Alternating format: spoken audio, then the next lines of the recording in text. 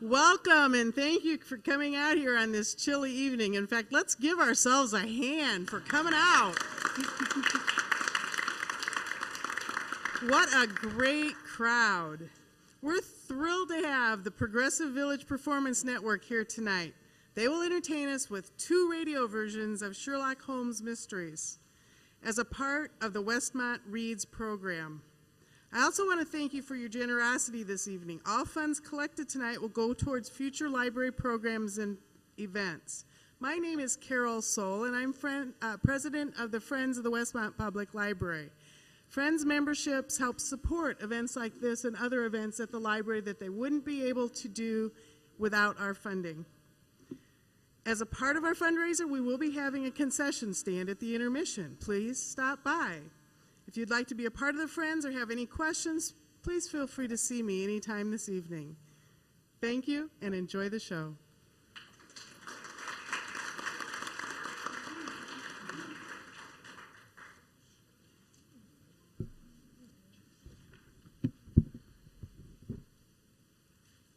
This episode from the life of Sherlock Holmes will be transmitted to our men and women overseas by shortwave and through the worldwide facilities of the Armed Forces Radio Service. Westmont Public Library brings you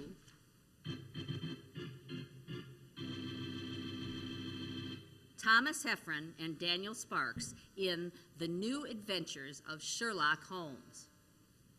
The Westmont Public Library, providing our community keys to lifelong learning, invites you to listen to Dr. Watson tell us another exciting adventure he shared with his old friend, that master detective, Sherlock Holmes. And as for me, well, I'd like to tell you that a time like right now is the perfect time to curl up with a good book that I checked out from the Westmont Public Library. I tell you, Westmont Public Library has all the books you would care to read. No excuses not to, really. You can go in and talk to the friendly librarians and volunteers to help you find the perfect book free with your library card, or you can download them directly from the privacy of your own home with eBooks downloads. Even reserve online with the Swan system. Culture awaits you at the Westmont Public Library.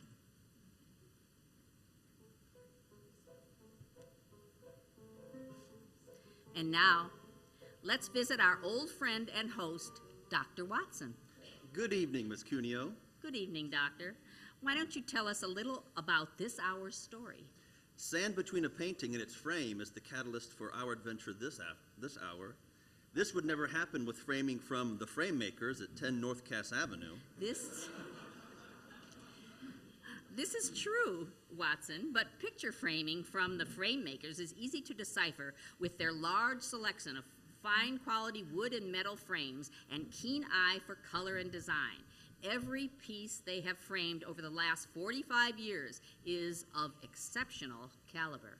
I have had many items framed at the Frame Makers. Holmes himself has enlisted them to clean pipe tobacco smoke and fingerprints off artwork. I understand they have a generous coupon available at framemakersonline.com. Style, imagination, craftsmanship. Find it all at the Frame Makers. Precisely, Miss Cuneo. As Holmes would say, the frame's afoot. Now, Doctor, you previously told me that this hour's story took place in the Casbah at Algiers. Yes, the Casbah.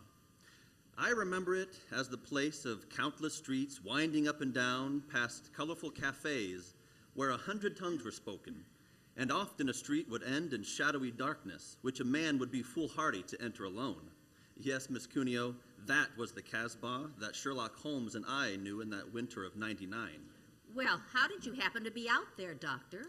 Do you mind if I tell you the story from the start, Miss Cuneo? It really began on a wintry night in Baker Street, at the conclusion of a mysterious murder at the castle. A charming young girl sat on the sofa of our lodgings in Baker Street and talked to us. But, Mr. Holmes, you can't say you'll have nothing more to do with the Montrevors. My dear Miss Tetfield, I have found the true murderer of the Dowager Countess, and he committed suicide. Surely the case has ended.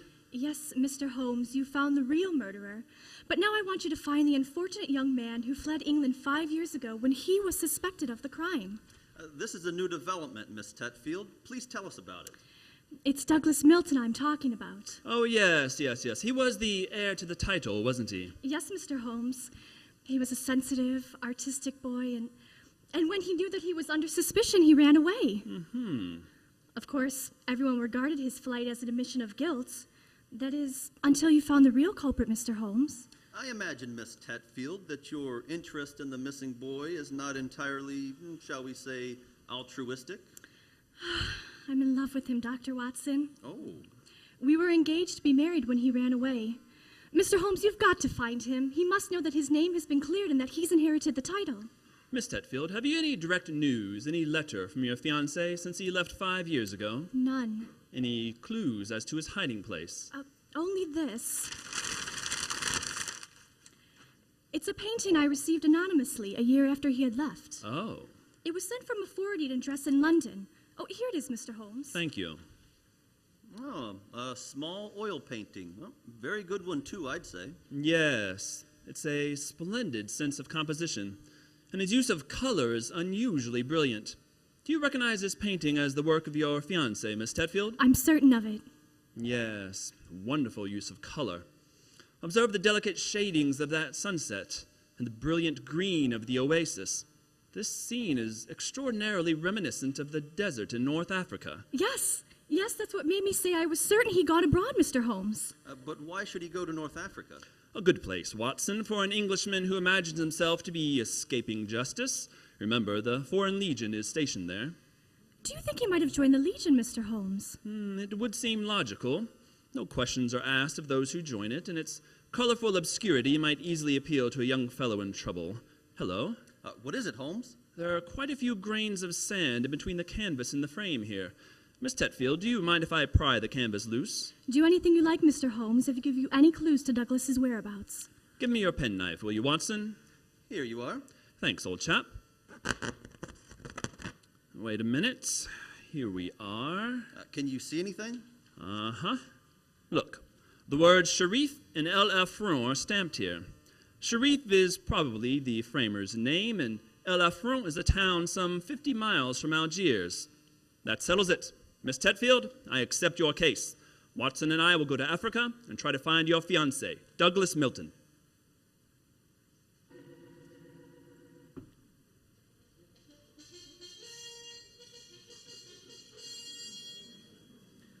Monsieur Sherlock Holmes and Dr. Watson, I have heard of you so often, but I never thought I should see you here at the headquarters of the Foreign Legion. What can I do for you, gentlemen? Well, Colonel de Bresson, I'm trying to trace an Englishman who's been missing during the past 4 years. I've reason to believe that he might have joined the Legion. I should look in my records.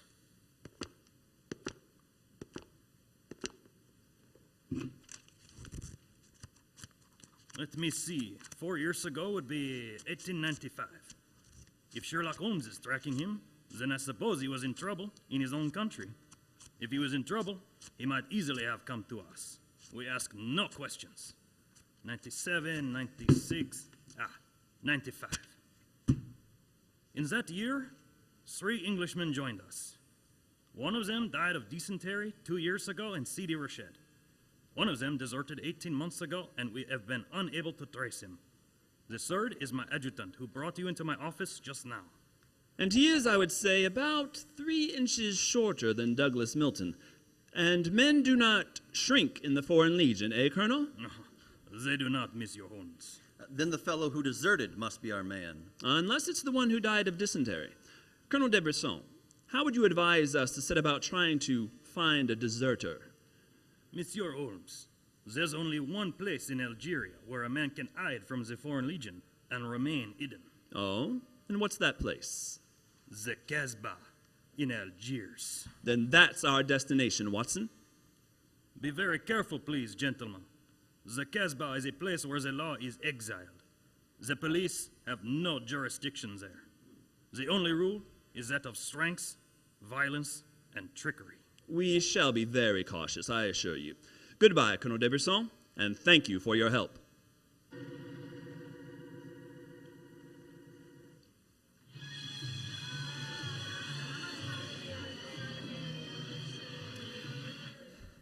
Well, I must say that I think Colonel de Brisson rather exaggerated the dangers of the Casbah.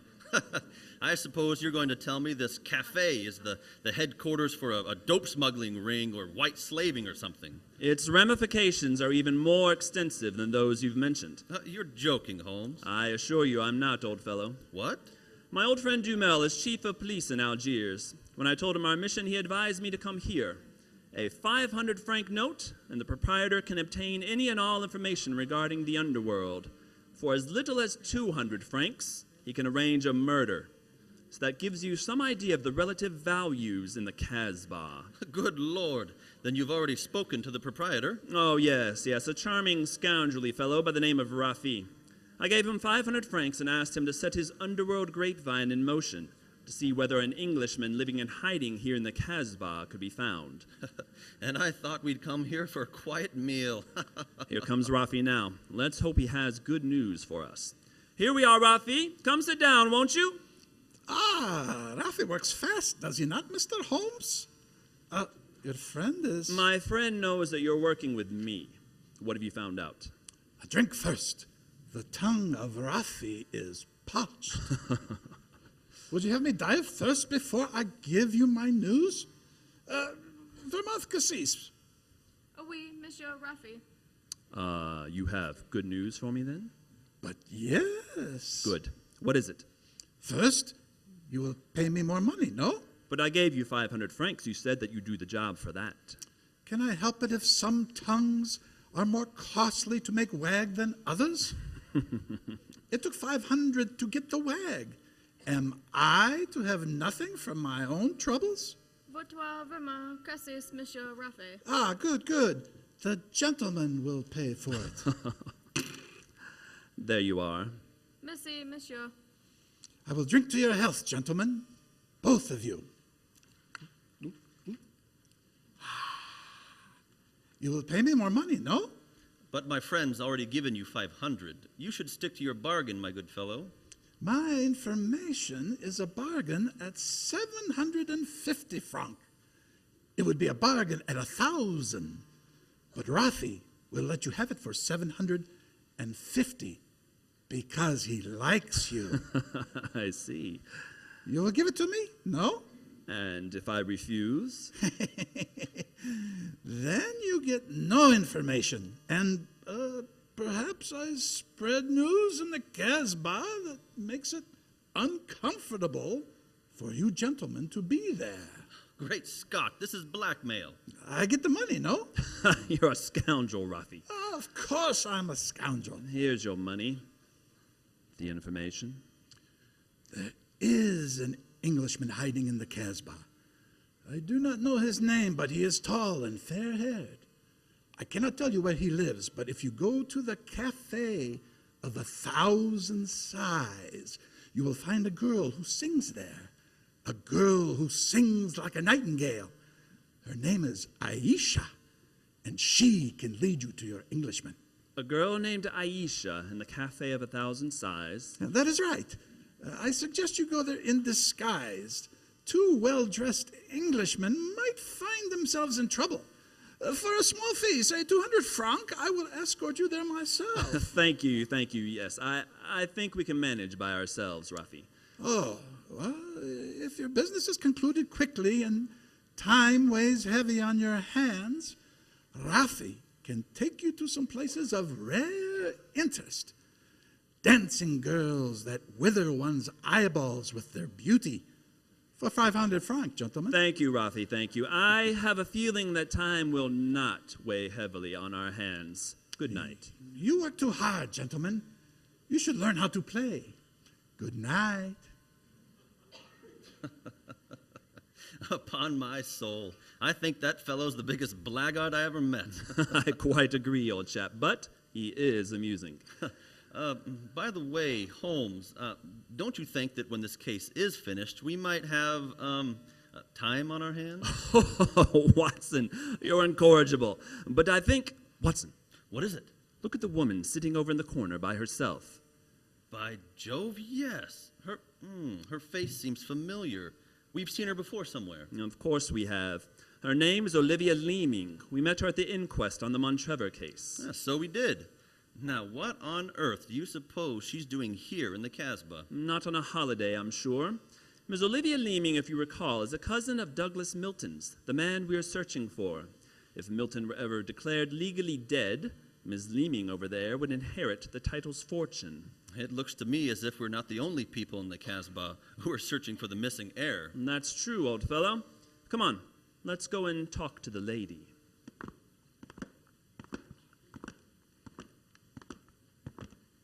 Ms. Olivia Leeming, how very odd to meet you here. Well, well, Sherlock Holmes and Dr. Watson. Won't you sit down? Thank you. The world's a small place. Or has someone said that before? I wondered if you'd spot me here in the corner. Oh, you saw us then. Oh, but of course. But you were in such deep conversation with that scoundrel Raffy. I didn't like to disturb you. Very considerate of you, I'm sure. Why are you here, Ms. Leeming? Oh, I'm making a business trip, and this is my day off. As I recall it, you're in the publishing business. Well, correct. What a memory you have, Mr. Holmes. It seems peculiar that you should be on a business trip here. Are you planning on opening a publishing house in Algiers?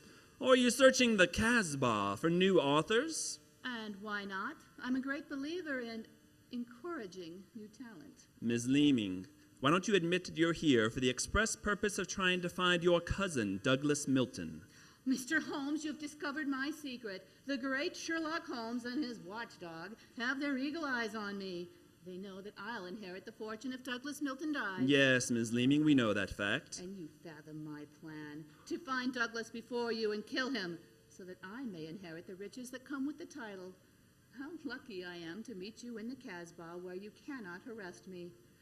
Well, it's a race against time, gentlemen, but I have a head start. As you will soon find out. Goodbye, and the best of luck to you. What an extraordinary lady. She's joking, of course.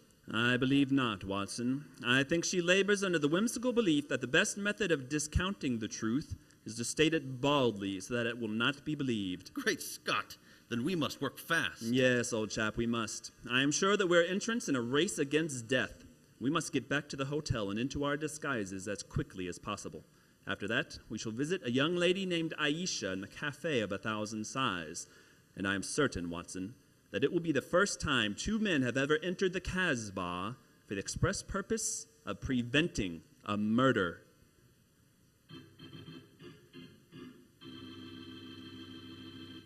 We'll hear the rest of Dr. Watson's story in just about a second, which gives me time to remind you that if you like to watch DVDs at home or play video games, the easiest way to reserve your copy is through the Westmont Public Library website. Don't forget, the librarians are always handy to serve you and offer you assistance, all free to the friendly people of Westmont and the surrounding area. Well, Doctor, I can hardly wait to hear what happened next. You and Sherlock Holmes went back to the hotel, I suppose. Yes, Miss Cuneo. Holmes quickly adopted the disguise of an Arab guide, while I assumed the role of a tourist, and we started off on our search. Outside the Cafe of 1,000 Sighs, we met with a rude shock. Good Lord! It's the woman we met in the cafe. Yes, Olivia Leeming, with a knife between her shoulders. She's dead, Holmes. Shouldn't we get in touch with the police? What can they do? Remember, there is no law in the Casbah. In any case, this woman is beyond our help. Our job is to protect the living. Come on, old fellow. Let's go to the Cafe of 1,000 Sighs and find this girl Aisha, the girl Rafi says sings like a nightingale.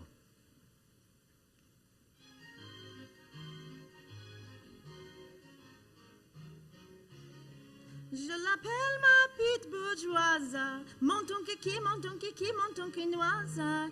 Y'en a qui me font des yeux, mais c'est elle qui j'aime le mieux.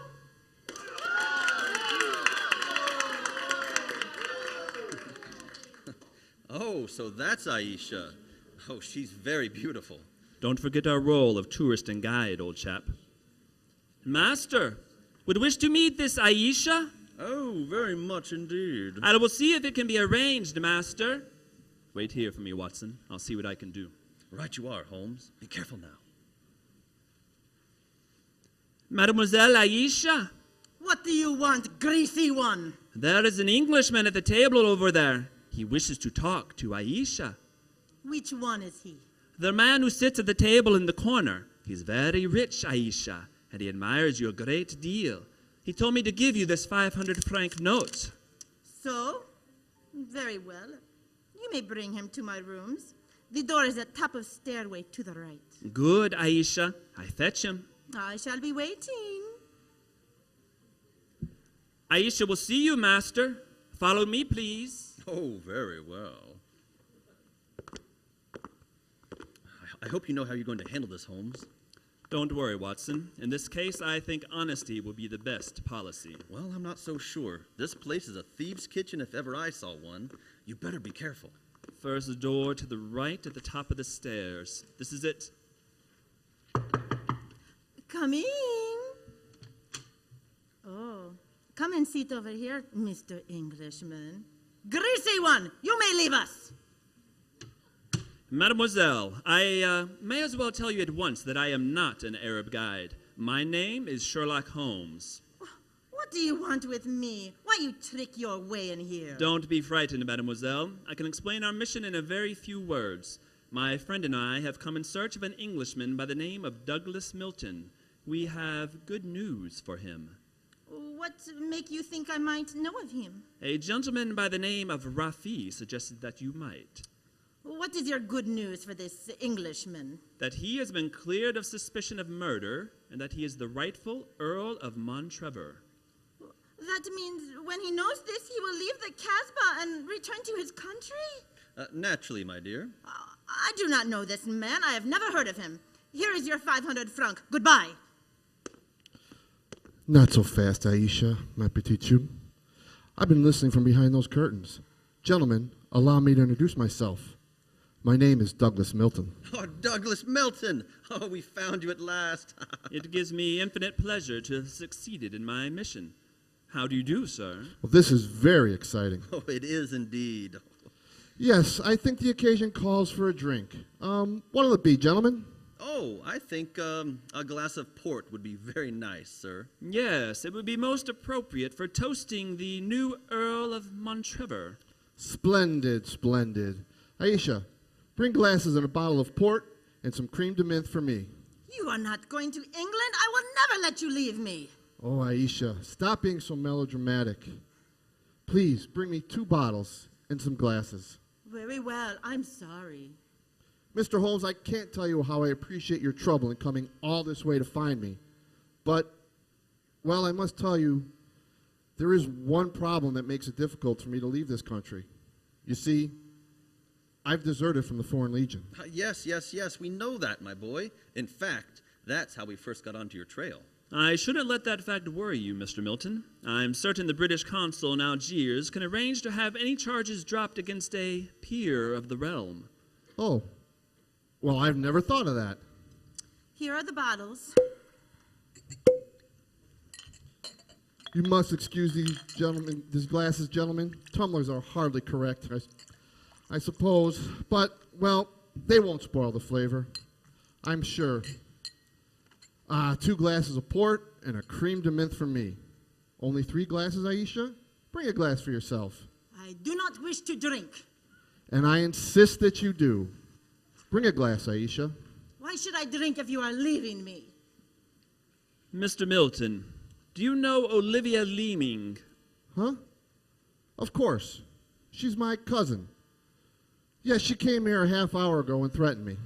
Did you also know that she's lying dead in the street, murdered? Well, yes, I did. If we weren't here in the Casbah, I wouldn't tell you this. But Aisha stabbed her. She followed her when she left here, killed her, and then slipped back just in time to sing her song a few moments ago. Oh, you didn't need to look so shocked, Dr. Watson. Life is cheap in the Casbah. Aisha is a girl of violent passions. Come on, let's drink. A toast to the new Earl of Montrevor. Oh, excuse me, sir. You took the wrong glass. You're drinking my port. Oh, silly mistake. I can't bear port. Very un-English of me, I'm afraid. But, well, after all these years, I don't feel particularly English. In fact, I'll probably find it very hard to adjust to myself and my old life when I go back. Or perhaps should I say, if I go back. Since you feel that way about it, Mr. Milton, why go? You can claim the title and the revenues of the estate without leaving Algeria. You could stay here and live on the income. I didn't realize that would be possible. Are you sure I can do that? Oh, yes. I'm quite certain of it. But if you doubt my word, I suggest we all adjourn to the British consulate in Algiers. They can put you straight on the matter. That's a good idea. Let's go over there at once.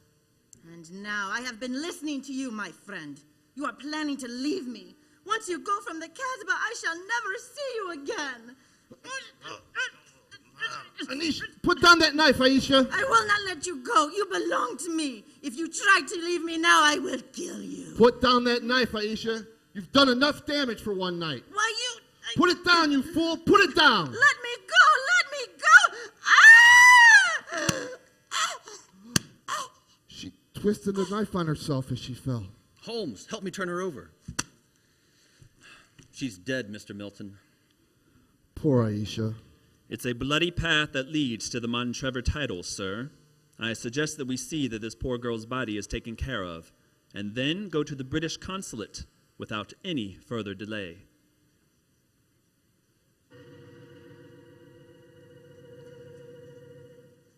Now that we're at the consulate, Mr. Milton, I suggest that you swear on oath that you are Douglas Milton, heir to the Montrevor estate.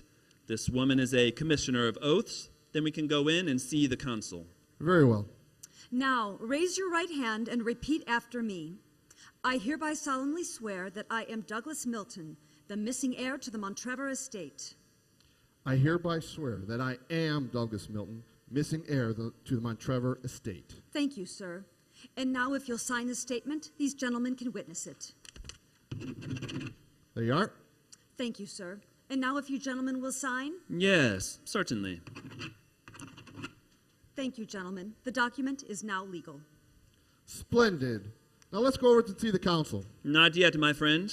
Watson, this man is not Douglas Milton. What the devil are you talking about? There is no law in the Casbah, sir, so you cannot be punished for the 2 murders you committed there. But now that your avarice has tempted you here to Algiers, where you've been foolish enough to sign a false statement, I think we can at least settle you very nicely for desertion, false impersonation, forgery, and perjury. Holmes, what do you mean? The story should be obvious, old fellow. Olivia Leeming did track down the deserter.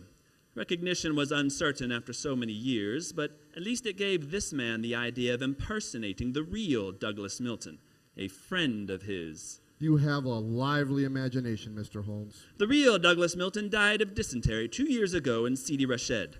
As soon as the idea of impersonating Milton was born, Leeming had to die. Your theories are very interesting, but you haven't a shred of proof. I say that I am Douglas Milton. How are you going to prove otherwise? Very simply, my dear sir. Douglas Milton was a painter who excelled in the use of vivid colors. You, sir, suffer from the quite common malady of red-green color blindness.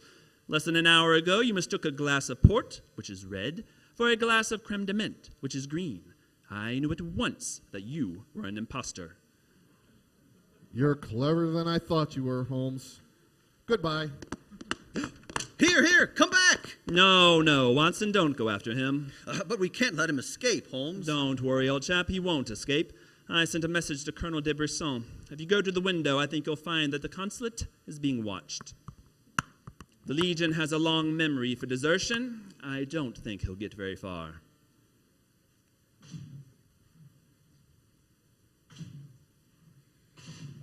Oh, they got him, Holmes. Shot him as he was trying to run away. A just death for him. He lived a life of violence and treachery, Watson. It's only fitting that he should die in the same manner.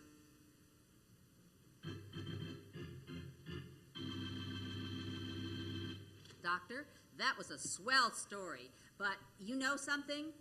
I wish you hadn't disillusioned me about the Casbah. Disillusioned you? Why? What do you mean? Well, before I heard your story, whenever somebody mentioned the Casbah, I'd always visualize a very glamorous, romantic sort of place. No. Yep.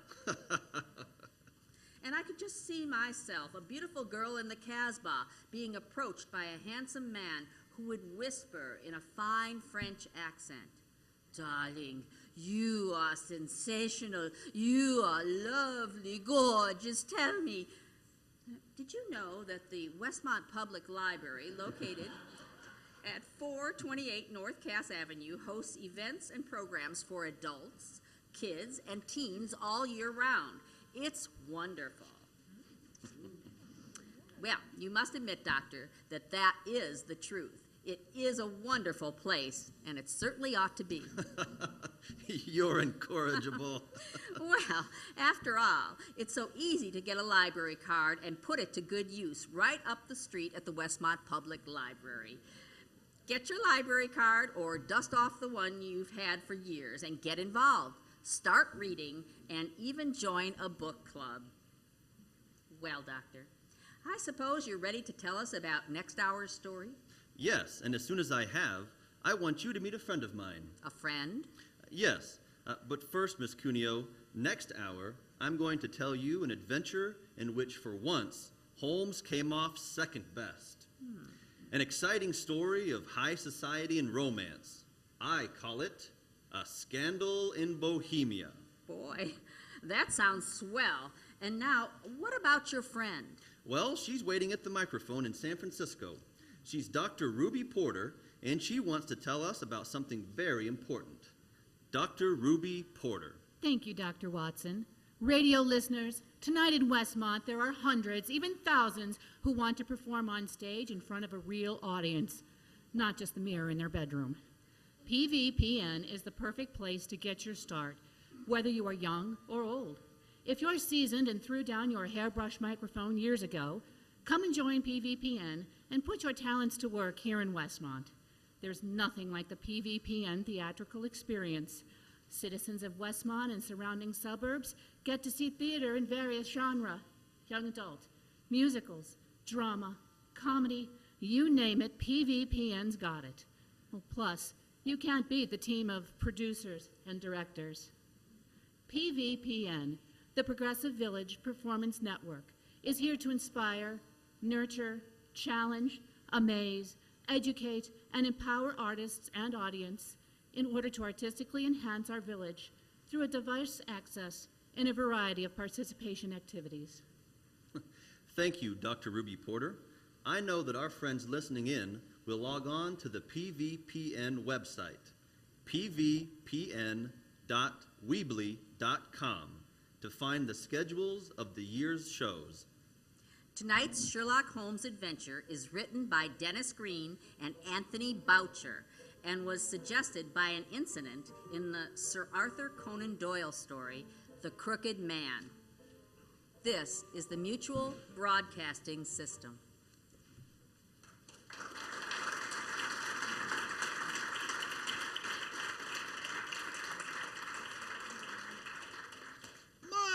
My, if it isn't Skeeter. If the wind blows too hard, he'll blow right over. Leave him alone, Biff. He's a nice boy. Yeah, nice, small fry. And just what the girls want, right? Nice and weak. Hey there, you two. How's about a soda, Kitty? Listen here, Pally. Kitty wants nothing to do with you. She's my gal. Sorry, Biff. I didn't know Kitty couldn't have a soda with whoever she wanted. You better watch it, you gangly old spaghetti noodle. You step foot into the soda fountain, and you'll be the laughing stock of the town. Sorry, Skeeter. Maybe some other time? Yeah, when pigs fly. Biff, you don't need to be so harsh. He's just a gentle man. I don't want to hurt his feelings. If you want a gentle girl, go have a soda with your girly friends. One day, Biff, you just watch out. Watch out? That's a laugh. What are you going to do, Fink?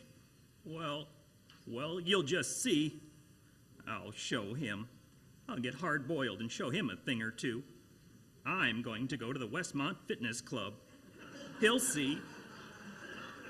I'm going to lift weights and run and try some sports. This Skeeter won't be some Valentino.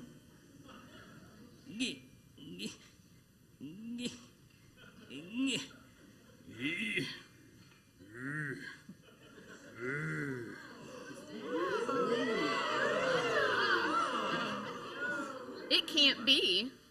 What? Who? Hello, Kitty. Nice to see you again. Are you still with that goon? Yes, Skeeter, you too.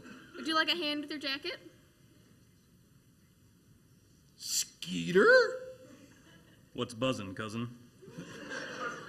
Kitty, don't you... Biff, don't snap your cap. My, Skeeter, something about you has changed. You seem more confident. What's changed? Howdy-do, Kitty. You must be referring to my muscular body and chiseled face. Why, yes. What a change, I must say.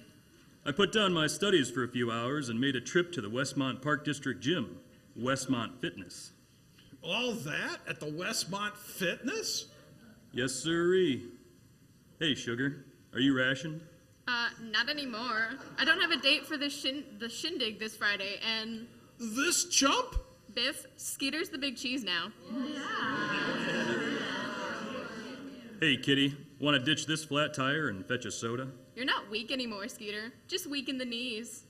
Sure thing, doll. A trip to Westmont Fitness never hurts. Bye, Biff. Catch you later.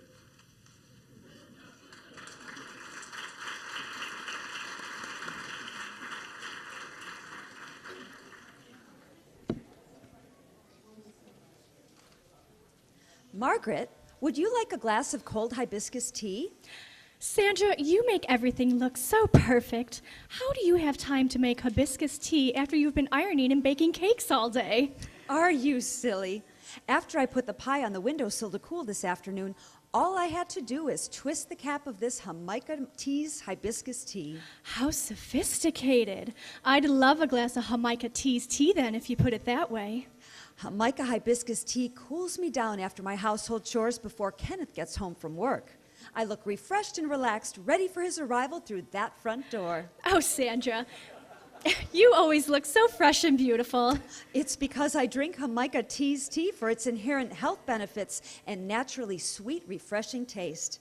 Rich in vitamins and antioxidants, this wonderful brew will cool you down as it supercharges your immune system. With no caffeine, no additives, low sugar, and no preservatives, it's an ideal family beverage. No wonder you're so slim and trim. You make everything look so effortless. It is, Margaret. Say, let's perk up before our husbands get home with some hibiscus tea then. We'll have some tea and pat the pillows just in time for their arrival. When Kenneth gets home from his hard day at work, all he wants is to be greeted with a smile and a bow in my hair. Don't forget a Manhattan on the rocks, Sandra. Oh, I've gotten quite adventurous. I mix hibiscus tea with a cocktail or two. Hibiscus makes for a wonderful, healthy mixer, and Kenneth just loves the new twist. Bathe the kids, do a last-minute spruce-up, put on some Glenn Miller, and wait with a Jamaica Tea's hibiscus tea cocktail for two. I love the exotic flavors and natural sweetness of Jamaica Teas. Oh, and by the way, Margaret, you can now purchase Jamaica Teas at the Whole Foods Market in Willowbrook. Oh.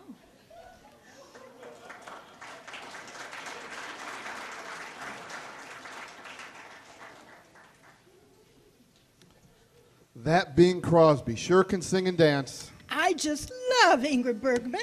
Can you believe that wonderful drama, Citizen Kane? That Orson Welles is a genius. I'd venture to guess there is no better movie than Casablanca. It won the Academy Award in 1943. Oh, and how about the Jane Austen story, Pride and Prejudice?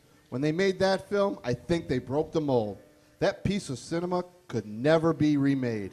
It was perfection. Classics. If only we could put Going My Way and The Lost Weekend and the others into a time capsule so we could cherish them forever. I never want to forget the time we went to see the cinema and see Grapes of Wrath. Remember that night? Henry Fonda. He's really going to go somewhere. I remember, darling. If only we could savor the moment and watch it at home. If only. Some folks have a television. Not sure why when we have everything we need coming from the radio. Well, in a magical world, there would be television for everyone to watch, and a way to watch Jimmy Cagney on it, too. Who knows what that futuristic contraption would be, but it sure would be nice to savor our favorite classic movies. I hear there is a picture show store in Westmont called Westmont Classic Movies. Do you suppose Westmont Classic Movies has our favorite movies? Surely they would if there were such a thing, dear. Surely they would. Westmont Classic Movies at 307 and a half Ogden Avenue. Reminisce with your favorite classics today.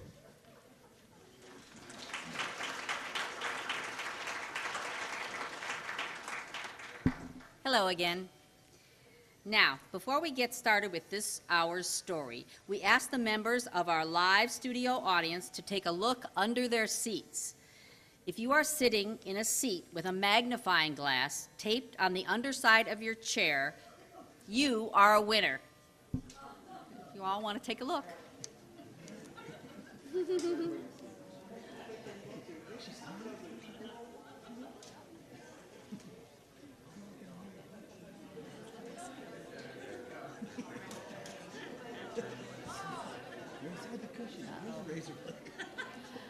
Okay. After tonight's show, please bring your magnifying glass up to the stage to claim your prize. Prizes are generously donated by frame makers and PVPN, the Progressive Village Performance Network. This episode from the life of Sherlock Holmes will be transmitted to our men and women overseas by shortwave and through the worldwide facilities of the Armed Forces Radio Service. Westmont Public Library brings you Thomas Heffron and Daniel Sparks in The New Adventures of Sherlock Holmes.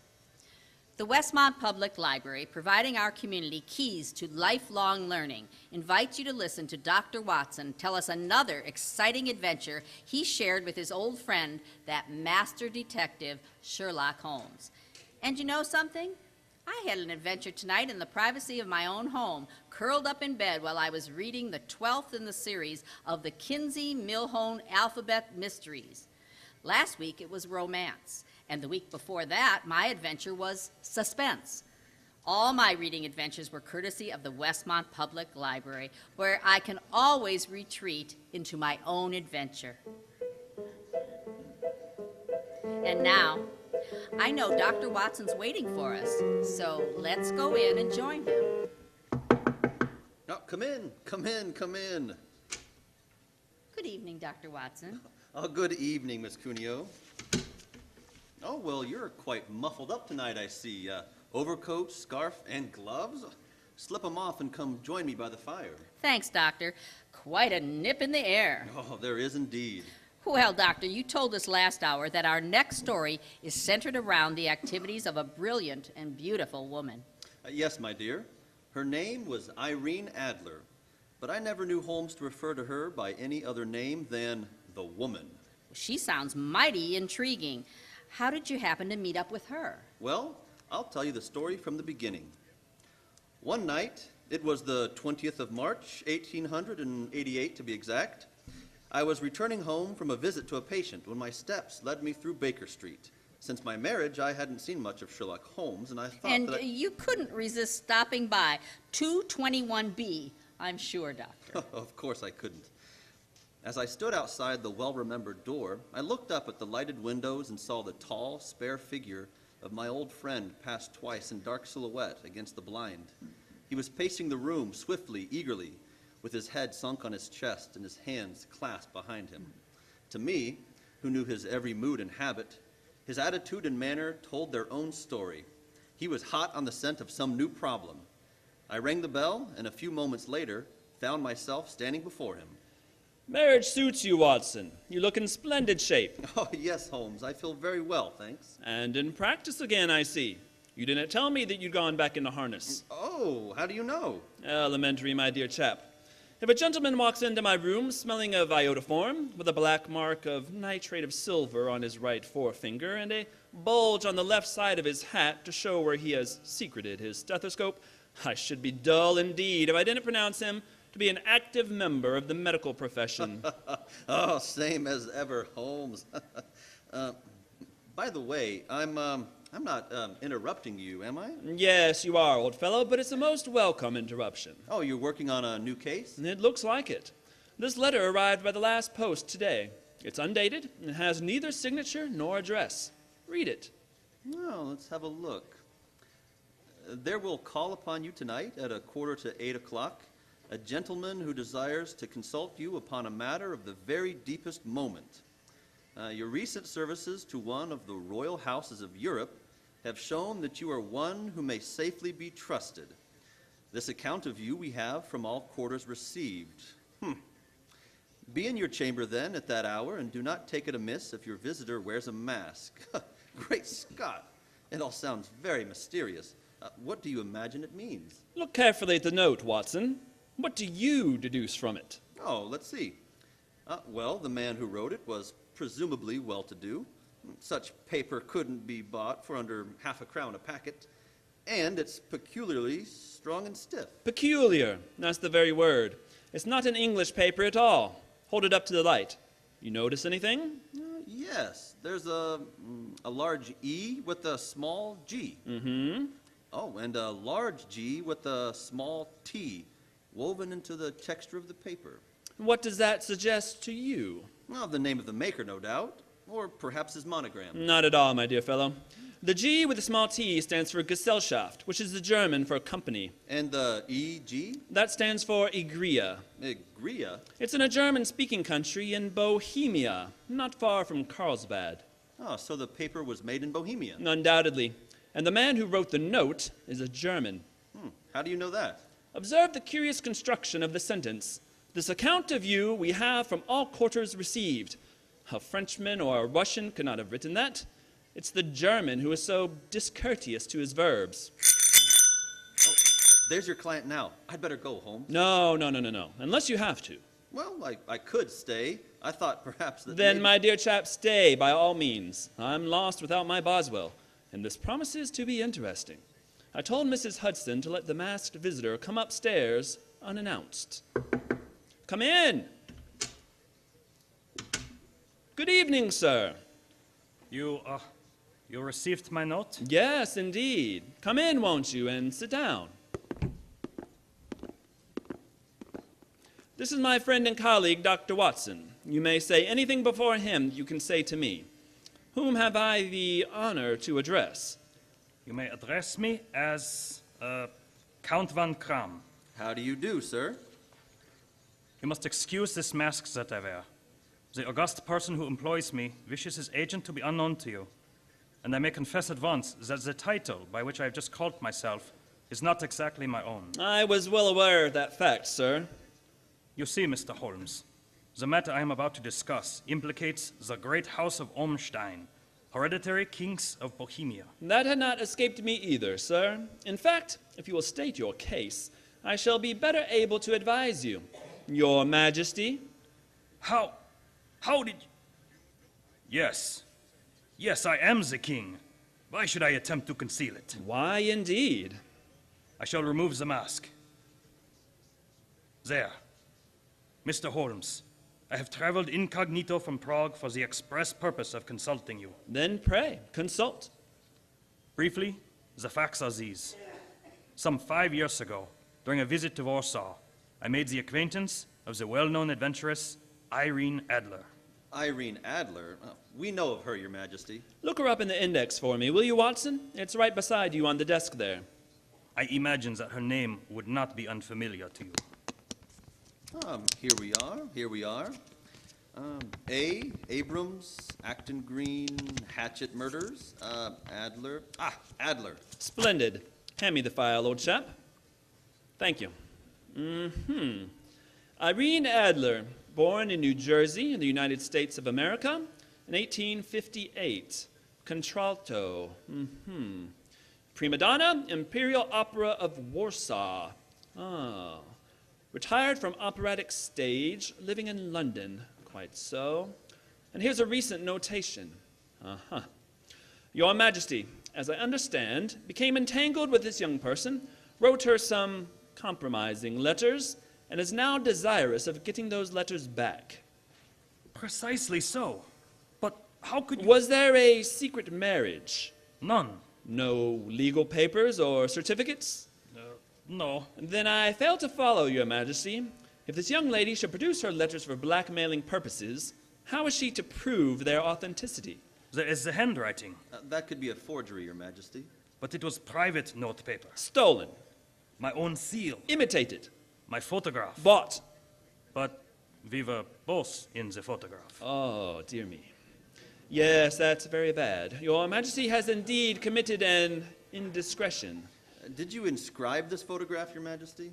Yes, Dr. Watson, I'm afraid I did. Oh, good gracious me. Mr. Holmes, it must be recovered. Perhaps if you were to pay enough, the photograph might be bought. She refuses to sell. Stolen, then? 5 attempts have been made.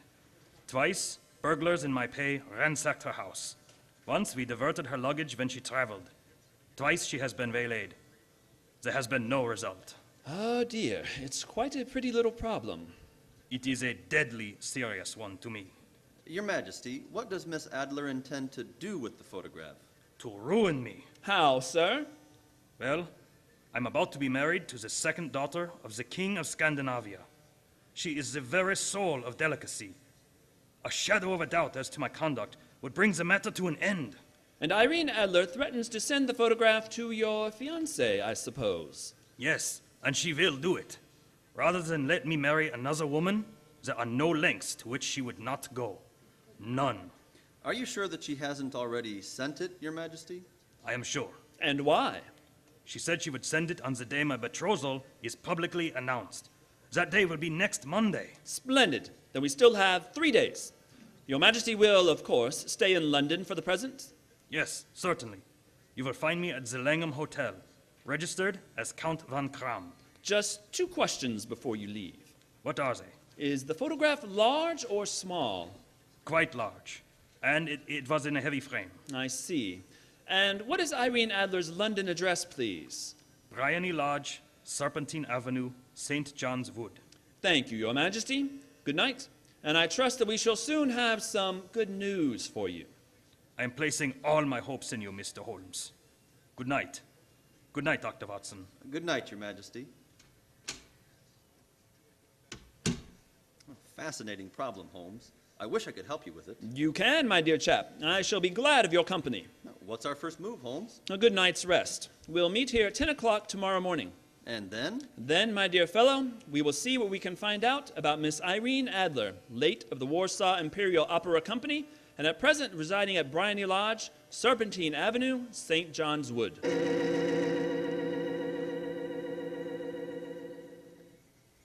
Well, Holmes, I guess the examination of Bryony Lodge didn't prove very illuminating. No. A bijou residence that represents the essence of dignified suburbia, but tells us very little about the owner.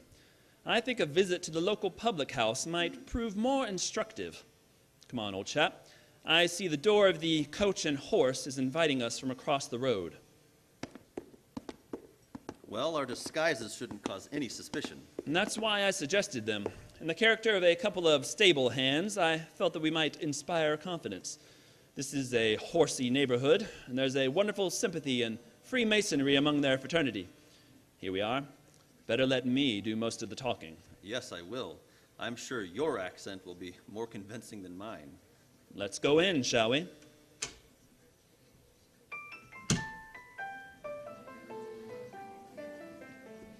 Well, what'd it be, mateys? Off a bowl of malt, please. How about you, Charlie? All out the same.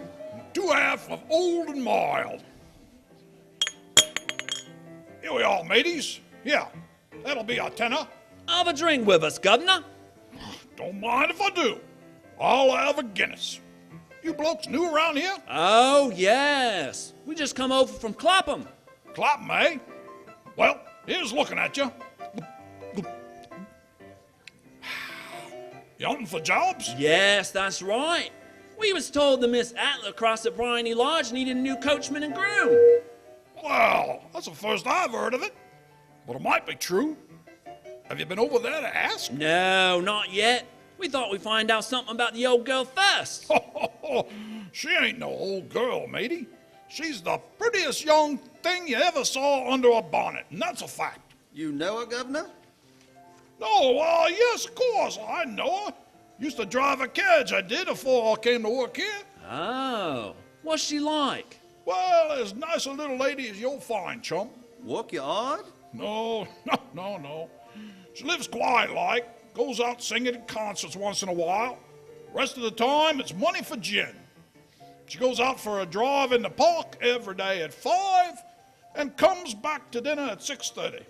Rest of the time's your own. Oh, she ain't married, you say? No. But she's got a bloke what comes to see her all the time. He's a barrister. Nice gentleman. Mr. Jeffrey Norton is his name. Good-looking fella. Wouldn't be surprised to see him get spliced. Sounds like a nice, cushy job to me. Come on, Charlie. Let's get over to the house and see what's what. Much obliged to you, chump. Good luck, mateys. Good night. And thanks for the Guinness.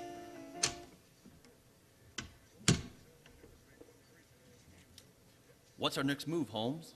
Let's stroll back to Bryony Lodge, shall we? I'm undecided whether to continue my investigations there or to try and find out something about Mr. Jeffrey Norton, the barrister.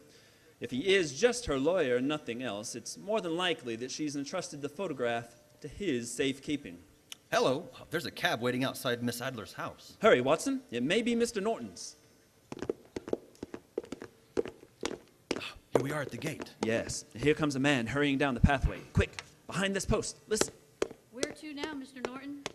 Drive like the devil. First to Gross and Hankey's in Regent Street, and then to the Church of St. Monica and Edgware Road. Half for sovereign if you do it in 20 minutes. Right you are, Mr. Norton. Hop in. Try and signal a cab, Watson. We must follow him. Here comes one. No, it isn't. It's a private carriage. Miss Adler's, no doubt. Here she comes down the pathway. Back again behind the post, Watson. Where to, Miss Adler? The Church of St. Monica, Jane, and half a sovereign if you reach it in 20 minutes. The game's afoot. Quick, we must get a cab and follow them. Oh, here comes a hansom. Cabby! Hey, cabby! You two blokes got enough money to take a cab? Here's half a sovereign for you, miss. Oh, right you are. Where to, Governor? The Church of St. Monica and the Edgware Road. And another half sovereign to you if you get us there in 20 minutes.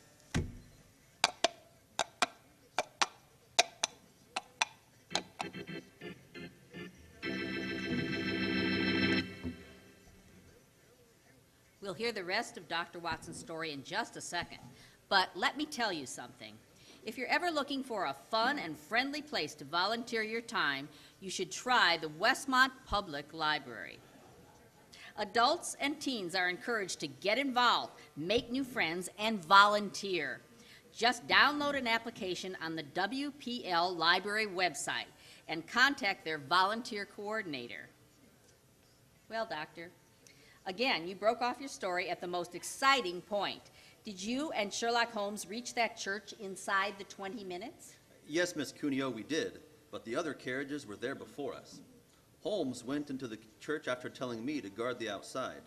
I must have waited for 10 minutes or more before Mr. Jeffrey Norton and Miss Adler came out, spoke a few words to each other, and then left, then and there in their separate conveyances.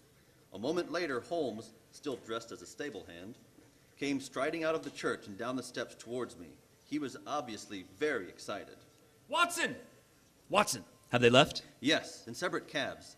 I overheard him say that he was going back to his office, and she said, "I shall drive out in the park at 5 o'clock as usual." Splendid. Then come on. We can return to Baker Street. What happened inside the church, Holmes? They were married. Married? Of course.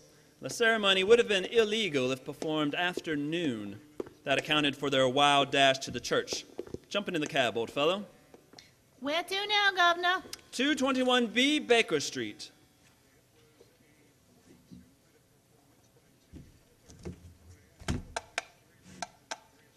Oh, so they got married, eh? Yes. And it may amuse you to know that I acted as witness at the ceremony. You did? But how did that happen? Their own witness had failed to appear, and I was dragged into the breach. The bride gave me this sovereign as a memento. I think I'll wear it on my watch chain in memory of the occasion. What an amazing situation. Things begin to look better for the king, don't they? Now that she's Mrs. Norton, the chances are that she won't want to expose His Majesty after all. I hope so, Watson, I hope so. But we can't afford to take any chances. I think the time is ripe for us to come to closer grips with the lady.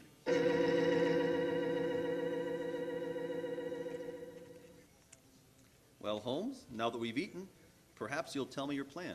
With pleasure, my dear fellow.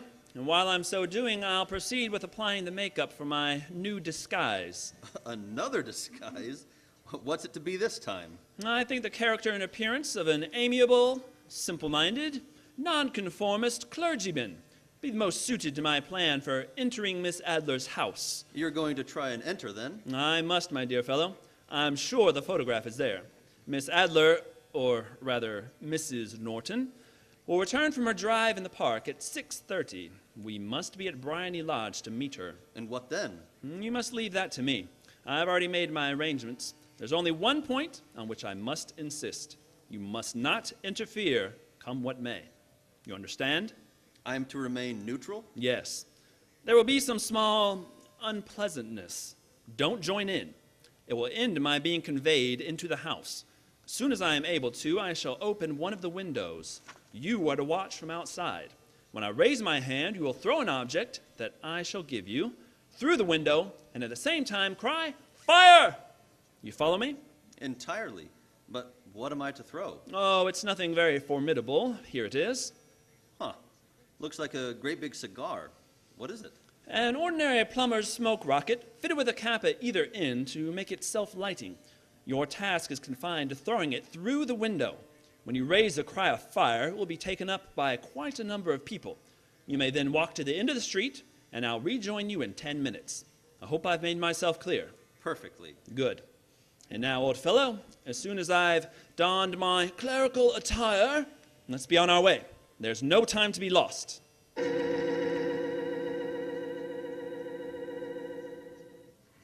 It's nearly 6:30, Holmes. We've been pacing up and down in front of her house for half an hour now. I hope she does come back. I'm sure she will. There seem to be a lot of loafers hanging around her gate. All part of my conspiracy, old chap. You'll see them play their parts in a few minutes. You still think the photograph is inside the house? Yes. It's most unlikely that she carries it about with her. Remember, the king told us it was a large framed picture. And also remember that she planned to use it within a few days. It must be where she can lay her hands on it. It must be inside her house. But her house has been burgled twice. Oh, psh, they didn't know how to look. How will you look? I won't. I'll get her to show me. Oh, she'll refuse. She won't be able to. Shh! Here comes the carriage now. Remember, Watson, carry out my orders to the letter. You can trust me. Good luck. Blimey, here comes the Duchess of Tiddlywinks. Let's put out a carpet. She might get her tootsies wet. Put a sock in it, Alfie. Leave her alone. She's no better than she ought to be. Please, please, let me through. I live here. Well, ain't that nice? Well, I'll come in and have a cup of cocoa. Move out of the way, please, and let the lady through. Oh, mind your own business. Just 'cause your collar's turned the wrong way around, you can't spoil our fun. That's right, Hattie. Keep your nose out of it, parson. Stop shoving, will you? Please, please, don't fight about it. I'll tell you what. Stop molesting the lady, please. Do ya? Then how would you like a biff on the nose, Mr. Clergyman? Oh, Oh, she hit the poor man, and then she ran away, the coward. Is the clergyman badly hurt? He hit his head, ma'am, as he fell. If you ask me, he's hurt bad. He's bleeding something terrible. Can we bring him in, Mom? He can't lie here in the street. Oh, why, of course. Bring him in. Right you are, Mom. Here, Bert. Righto. Give us a hand.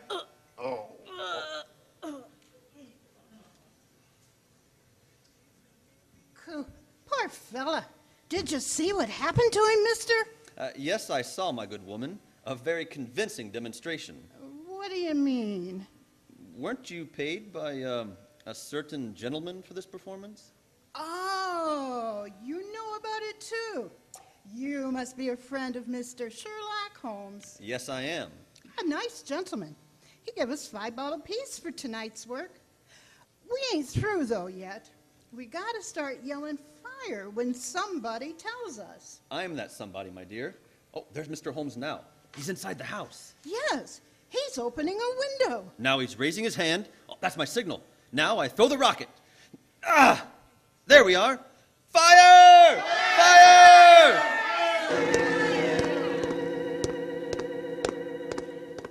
Holmes, there you are. You have the photograph? No, but I know where it is. She showed me, as I told you she would. Well, I'm still in the dark. There's no mystery, old chap. When my accomplices started the row in the street, I had a little moist red paint in my hand. My good friend Alfie pretended to strike me. I clapped my hand to my head and fell down. It's an old trick. Yes, I understand that. But how did my throwing the rocket help you? It was all important, my dear fellow. When a woman thinks her house is on fire, her instinct is at once to rush for the thing that she values most. A married woman grabs her baby. An unmarried one reaches for her jewel box. In this case, of course, it was the photograph. Where was it? In a recess in the living room, just above the right-hand bell pull. I caught a glimpse of it as she drew it out. When I made it known that the fire was a false alarm, she replaced the photograph. As soon as I was able to, I advised her that I was feeling well enough to leave. You didn't take the photograph then? No, I felt that over-precipitance at this stage might ruin everything. What do we do now? Drive to the Langham Hotel and inform His Majesty of what has happened. Then return with him here. And after that, my dear chap, the case will be ended.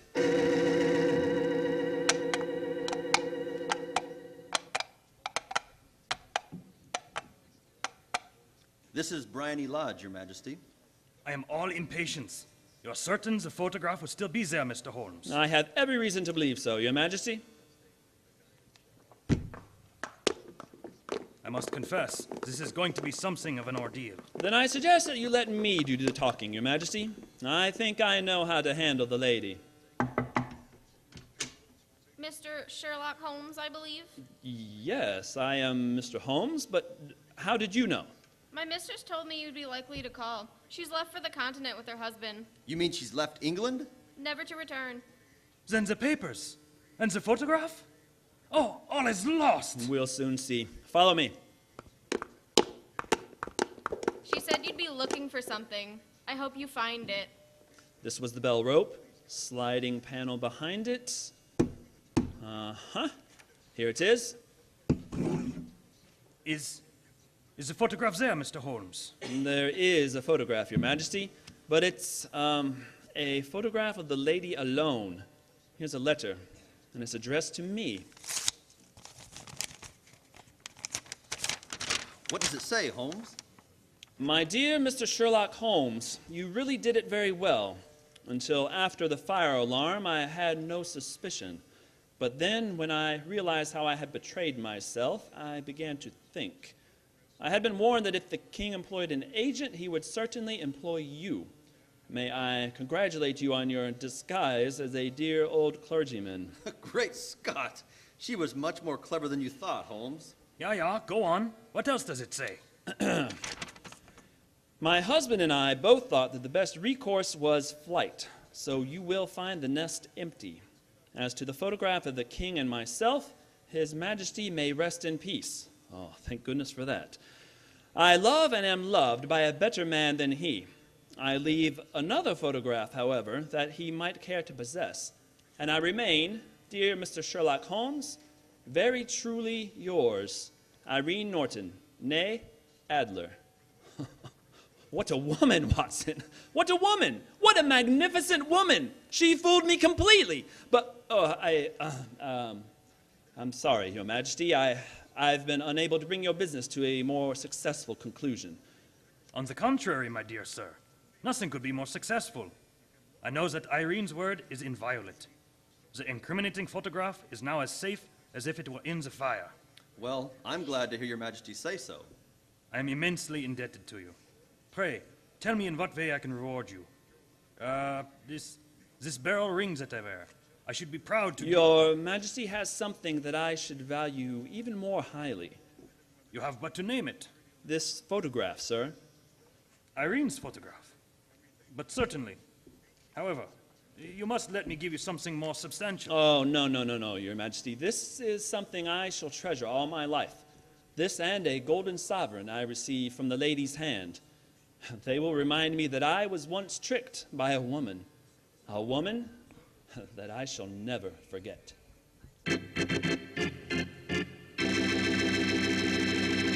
Gee, Doctor, what a woman that Miss Adler, or should I say Mrs. Norton. That's the kind of a woman a fella could really go for. Yes, I believe one could. Just between ourselves, you know, I sort of could go for her myself. She was intelligent. She was rich. And beautiful. That's the kind of woman you want sitting next to you in front of a cozy fire on a nippy fall night. Just the three of you. The three of us? Mm-hmm. You, she, and a classic checked out from the Westmont Public Library. Miss Cuneo. Well, why not? Gracious. Oh, by the way, no one has to be without the use of a computer and internet Wi-Fi in Westmont. Westmont Public Library has computers available to their patrons with access to the internet. It's just another way the library helps their community to work, study, and play.